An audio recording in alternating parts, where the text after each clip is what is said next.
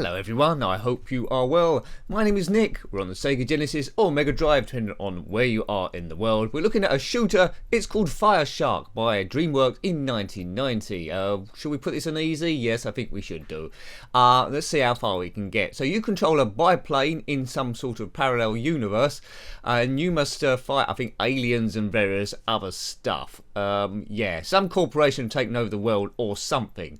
So we're going to have a good go. It's based on the arcade cabinet by Romstar in 1989. So taking off, it reminds me a little bit of a game on the Spectrum called Flying Shark, but that's unconnected to this because that was based on an arcade cabinet from Taito in 87. But this is Fire Shark, not Flying Shark, right? So here's my biplane, and we must blast everything.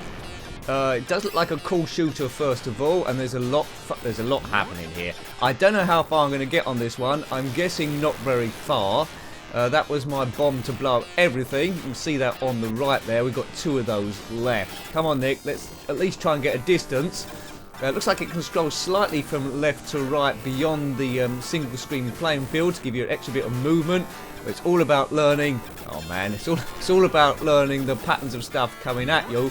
As vertical scrolling shooters go, this one looks great already, and you would have got a lot of value for money. Well, I'm sticking down the bottom here. Yeah, I'm not dying straight away, so I presume it's easy. As you know, oh my word, as you know, I'm not the greatest at these sort of games, but it's knowing when best to deploy your smart bomb. Oh, I've taken it. I've taken a bit of fire. So where is it going to take me now? Am I going to have to restart from the beginning, or is there a save point?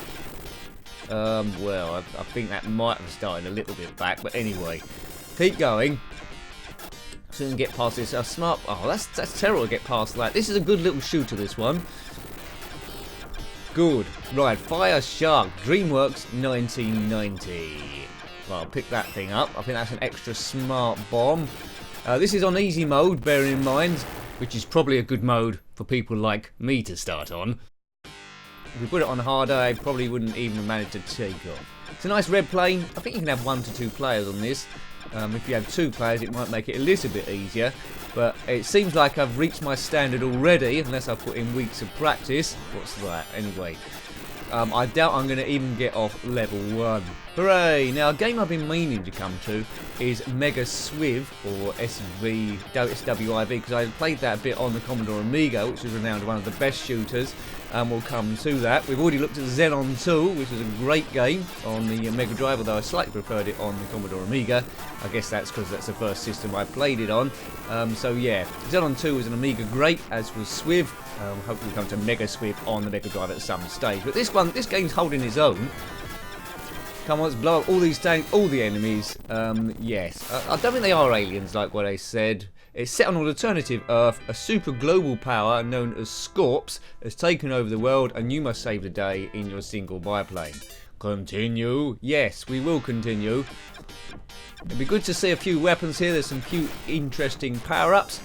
If you had this one back in the day, of course, let me know. Did you complete it? And are there any meaty ender-level bosses at the end? I'm not sure if this is divided into like separate stages, just continuing on and on and on, like Swiv. But it's scrolling quite well, it is moving quite well, and I say, if you're into these vertical scrolling shooters, I believe you would have liked this game. The idea of this channel, of course, is not perfect gameplay, as is blindingly obvious, but not to some, is to show you what the game would look like, and would it have been easy enough, would you got enough out of it on your first or second go, to prompted you as a kid to go back and play it again. And I think I would have done, especially if there had been a friend round. We would have played this in turn or both together. So it's good, it's a good game. I don't think it's that well known if you come in to list your favourite shooters of all time. Never seen this on the arcade cabinet, but looking at the way this is playing, I'm guessing it played pretty similar. Oops, and right. Go, go, go. Go, go, go, go. Have you played this down the arcades? Let me know. Let me know. How much money did you sink into this baby? And it's game over again. Right, so I'm making very hard work of this. We've got 3 credits left. I don't know if we're going to use all of those, but we'll keep going. So we saw like the Red Baron, I suppose. That was a German biplane, was it? Or the Red Max. That was it, the Red Max. Maybe it's a Ferrari biplane. So it's a pity we haven't got a super spaceship here to destroy M-Corps. but they're struggling to destroy. Well, I say they're struggling to defeat one biplane. They're finding it quite easy, aren't they? Man, this is not. I need like some sort of Dan Dare piloting skills. If you're aware of him, Dan Dare incidentally is from Eagle Comics, and there was a trilogy of games on the ZX Spectrum. Don't think Dan Dare made it to the Mega Drive. If you know different, then let me know. Do check out the review of Flying Shark on the ZX Spectrum we did. I think it came out on the Amiga as well. Firebird in 1987. See if we can compare these two. It's a bit hard to compare a Spectrum game to a Mega Drive game, but the Spectrum game, the shooter Flying Fox did really well. Flying Shark, sorry, did really well. Played really good. It was a bit monochrome, so it's a bit tricky. This isn't monochrome, of course. The Mega Drive is a bit more powerful than the ZX Spectrum. Lots of colours and music to choose from. And my experience so far, because I didn't own a Mega Drive back in the day, was the Amiga has got slightly fuller and deeper, richer sounds, but that's not to say the Mega Drive is poor in that respect. It can put out quite a good tune. Right, blast it. Now, if you've got any favourite games you want me to review on the Mega Drive, then put them in the comment section below. Can't guarantee we'll get to them soon. If they're not on the list already, I certainly add them there, and we'll see what we can do. That's a good shooting thing. So this game's all about the upgrades, as a lot of shooters are. The more upgrades you get, the easier it is to go forward. Unfortunately, with these as well, is if you lose a life, you lose all your upgrades and have to start from the Wheatley weapon at the start. And if you're already far in a bit of a complicated bit, then it's not going to make life very easy. Let's get that thing right. Quite often you could fly into firepower from the enemy trying to get these weapons. Well, that's good, right. Oh man, the enemy is starting to get a bit meaty now, not being destroyed in one sort of shot. What's that thing? Right. Oh, excellent. See, that's the sort of stuff you need. So yeah, see, that's blasting stuff. If only we had a cheat. Oops. If only we had a cheat for infinite lives. Oh dear. See, and now I'm going to lose all my weapons, and now it's big trouble. Are we going to start? Yeah. See, look, that we're starting from the. We start one weapon back. Oh man.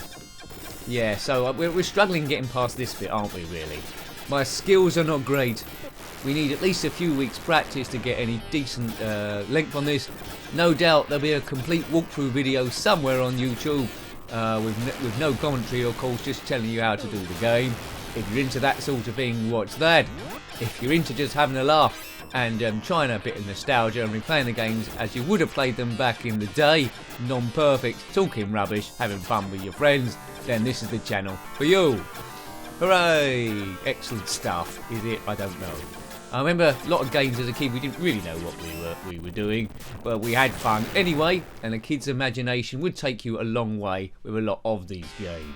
And then you'd load the next one. You know, but now we're surrounded by lots and lots of games all over the shop. Back in the day as a kid, sometimes these were hard to come by, so you might have just had, when you first got your computer, just 3 or 4 games for quite some time. And that's when you use full to the effort to actually play them and get good at them. And I'll run this channel because we have got to review so many games. I quite a lot of these I see over for the first time and then never see ever again. But this game I might come back to every now and again. 2 credits. I think, well, shall we have another go on it? I'm not 100% sure. We will. There we go. I kept you guessing there, didn't I? Go Red Plane. You know, it's a biplane, but I've never known a biplane that's got this sort of firepower. So this alternate Earth is a bit crazy. They've obviously really advanced in weaponry, but not advanced in plane designing. Otherwise we would have some sort of jet or space vessel. Right. This music's instantly forgettable, but it'll do. I don't know if it changes the further you get up through the level. Nice shading on the graphics there, but as expected, that power by animation could be a little bit better. That just sounds like a bit, a half-hour job. But anyway, no problemo. Take that. Saying no problemo, we did a series where we reviewed lots of Terminator and Robocop games, but I still need to do Terminator 1, the first game. Hell's bells. Right, so many games to review, so little time. I would like to do YouTube full time, but it's extremely unstable business, and I haven't got enough views. So tell everyone you know on all social media, YouTube, Twitter, Friendface, does that exist, and any other ones you can think of that have just come out. Good. Press start button, continue in 15 seconds, unless you run out of time, of course. We might run out of time. It's not a bad game, that, so I hope you liked having a look at that one. That was Fire Shark on the Mega Drive, published by Dreamworks in 1990 and based on the arcade cabinet from Romstar in 1989. Got any comments about this game, similar games, or anything retro, then please put that below. You're always more than welcome. Until next time, take great care of yourself and are very fond. Goodbye! Goodbye!